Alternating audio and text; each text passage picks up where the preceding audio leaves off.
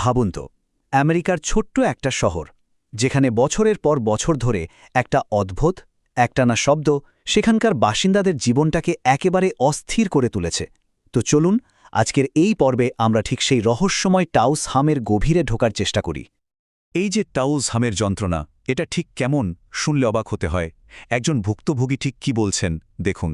মনে হয় পৃথিবীটা নিজের ভেতরে নিজে গুঙাচ্ছে। এটা কোনো যান্ত্রিক শব্দ নয়, এটা কোনো যন্ত্রণার বহির্প্রকাশ। মানে একবার ভেবে দেখুন, এই একটা কথাই যেন পুরো পরিবেশটাকে কেমন ভারী করে তোলে। এটা যে কোনো সাধারণ শব্দ নয়, তা তো বোঝাই যাচ্ছে। তো এই অসাধারণ ঘটনাটা আসলে এই টাউস হাম জিনিসটা কি? সোজা কথায় বলতে গেলে এটা একটা খুব লো ফ্রিকোয়েন্সির শব্দ, মানে একটা একটানা গুঞ্জন, যেটা নিউ মেক্সিকো টাউস আর তার আশেপাশের এলাকার সবাই কিন্তু শুনতে পায় না। জনসংখ্যার একটা অংশই শুধু এটা শুনতে পায়, আর যারা পায় তাদের জীবনটা রীতিমতো দুর্বিষহ হয়ে ওঠে। আচ্ছা, এবার একটু ভুক্তভোগীদের কথা শোনা যাক। এই যে একটা অদৃশ্য শব্দ, এটা মানুষের জীবনে ঠিক কতটা প্রভাব ফেলছে একবার ভাবুন তো ব্যাপারটা।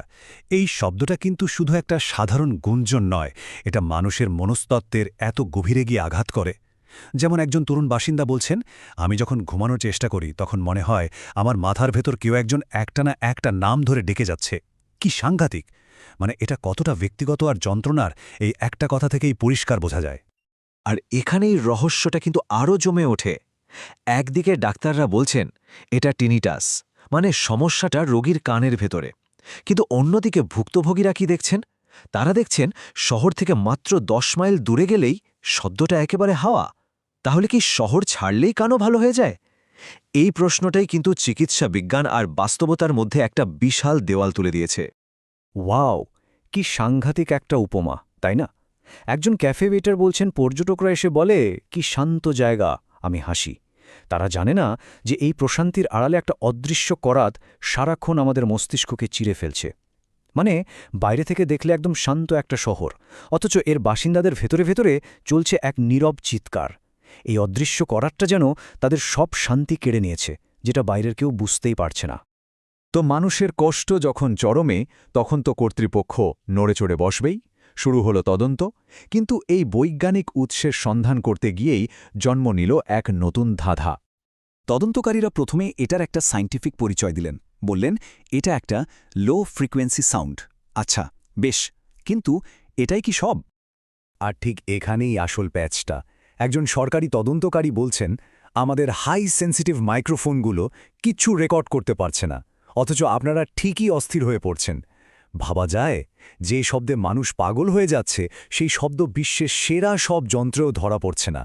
এই ব্যাপারটা তদন্তকারীদের একদম হতবাক করে দিয়েছিল। আর তখন থেকেই এই প্রশ্নটা ঘুরপাক খেতে শুরু করে, আচ্ছা, এটা কি আদৌ কোনো শব্দ? যদি যন্ত্রই ধরতে না পারে তাহলে মানুষ যা শুনছে সেটা কি? বিশ্বাস করুন, তদন্তকারীরা চেষ্টার কোনো ত্রুটি রাখেনি। শহরের সমস্ত পাওয়ার গ্রিড বন্ধ করে দেওয়া হলো, প্রত্যেকটা জেনারেটর থামিয়ে দেওয়া হলো, কিন্তু না, সেই লো ফ্রিকোয়েন্সি গুঞ্জনটা থামেইনি। শেষে তারা এমন একটা সিদ্ধান্তে এলেন যেটা আরও অদ্ভুত। তাদের মনে হচ্ছিল যেন বাতাস নিজেই কাঁপছে। এটা তো ফিজিক্সের কোনো নিয়মই মানছে না। তো যখন বিজ্ঞান আর যুক্তি দিয়ে কোনো কিছুর ব্যাখ্যা মেলে না, তখন কি হয়? তখন জন্ম নেয় বিজ্ঞানের বাইরের কিছু তত্ত্ব। যেমন একটা তত্ত্ব বেশ অদ্ভুত। একজন রহস্যময় স্থানীয় ব্যক্তি বলছেন, কিছু শব্দ আছে যা সরাসরি রক্তে মিশে যায়। টাউসহ্যাম হলো সেই বিষ।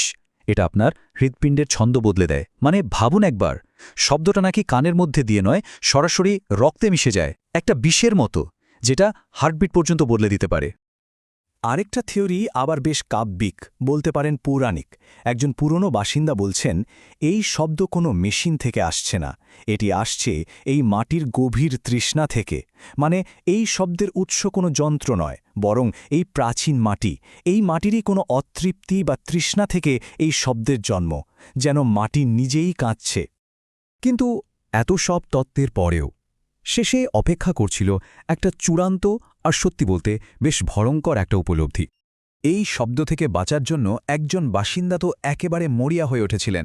তিনি হাজার হাজার ডলার খরচ করে নিজের পুরো বাড়ি সাউন্ডপ্রুফ করে ফেলেন, কিন্তু লাভ হয়েছিল কি? আর এখানেই আসল ভয়টা।